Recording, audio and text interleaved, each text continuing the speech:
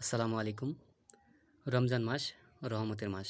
এই মাসে আমরা নিজেকে সব পাপ কাজ থেকে বিরত রাখব এবং সবসময় ভালো কাজ করার চেষ্টা করব। শুধু এই মাসে নয়, সারা বছরই আমরা ইনশাআল্লাহ ভালো কাজে নিয়োজিত রাখব।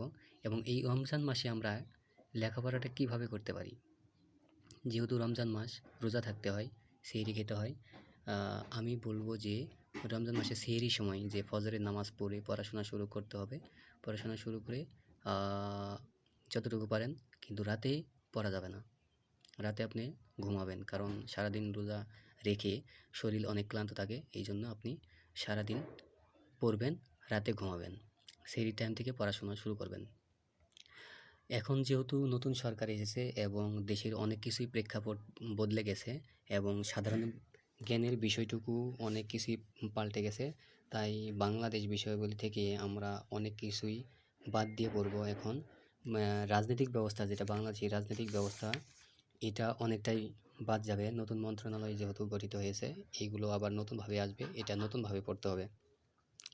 আমরা এই মাসে আল্লাহর প্রতি সহানুভূতি থাকব, নামাজ পড়ব, রোজা রাখব, মানুষকে দান খয়রাত করব এবং যতটুকু পারি এই মাসে আমরা পুঁজি সংগ্রহ করব, সেটা হচ্ছে পড়ার ক্ষেত্রে।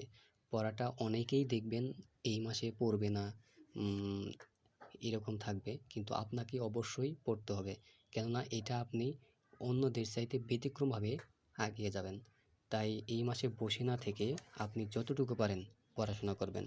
পড়াশোনা করলে অন্যদের থেকে আগে থাকবেন। এখানে বাংলাদেশের সংবিধান, এই পুরো পড়াটা হয়তোবা আবার চেঞ্জ হয়ে যাবে, আর যদি থেকেও থাকে দেখি নতুন বই কিভাবে দেয় এগুলো। আর বাংলাদেশের রাজনৈতিক ব্যবস্থা, বাংলাদেশের সরকার ব্যবস্থা, এই পড়াগুলো একদম নতুনভাবে আসবে।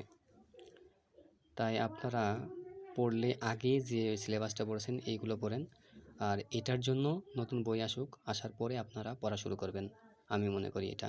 আর আগের এইগুলো যদি আবার পড়া শুরু করেন তাহলে হয়তোবা এটা লস হয়ে যাবে। তো আন্তর্জাতিক ভূগোল, পরিবেশ আর অন্যান্য যা আছে সব আগের মতোই, শুধুমাত্র বাংলাদেশ বিষয়াবলী এখানে কিছুটা চেঞ্জ হবে। এটা নতুন করে আবার বই আসবে, ওখানে আপনারা পড়ে নেবেন। আর যেহেতু রমজান মাস, এইটা অন্যদের থেকে আপনি ব্যতিক্রমভাবে এগিয়ে যাবেন। যেহেতু অন্যরা যদি না পড়ে, আপনি যদি পড়েন, তাহলে তার চাইতে অনেকাংশেই এগিয়ে থাকবেন। তাই আপনি সবসময় নিজেকে পড়ার মধ্যে রাখবেন এবং আল্লাহর কাজে নিয়োজিত রাখবেন। 5 ওয়াক্ত নামাজ পড়বেন, রোজা রাখবেন, তারাবি পড়বেন, তাহাজ্জুদ পড়বেন। এগুলো পড়ার মাধ্যমে আপনি চাকরি আল্লাহর কাছে চেয়ে নেবেন। এই মাসটাই হচ্ছে আপনার অন্যান্য মাসের চেয়ে ফজিলতের মাস, তাই আল্লাহর কাছে চাইতে ভুলবেন না। আল্লাহর কাছে চেয়ে নেবেন, আপনার রিজিকের ফয়সালা আল্লাহ করে দিবে। আপনি শুধু আপনার পরিশ্রমটা করে যাবেন। রমজান মাস আসলে হয়তোবা আপনার শরীর চলবে না, কিন্তু আপনার মনকে চলতে হবে, পড়ার মধ্যে থাকতে হবে, পড়ার সাথে নিয়োজিত থাকতে হবে। আর এই কর্ম দ্বারা আপনি আল্লাহর কাছে চাইবেন, আল্লাহর কাছে দোয়া করবেন, নিশ্চয়ই আল্লাহ আপনার মনের আশা কবুল করবে। আসসালামু আলাইকুম।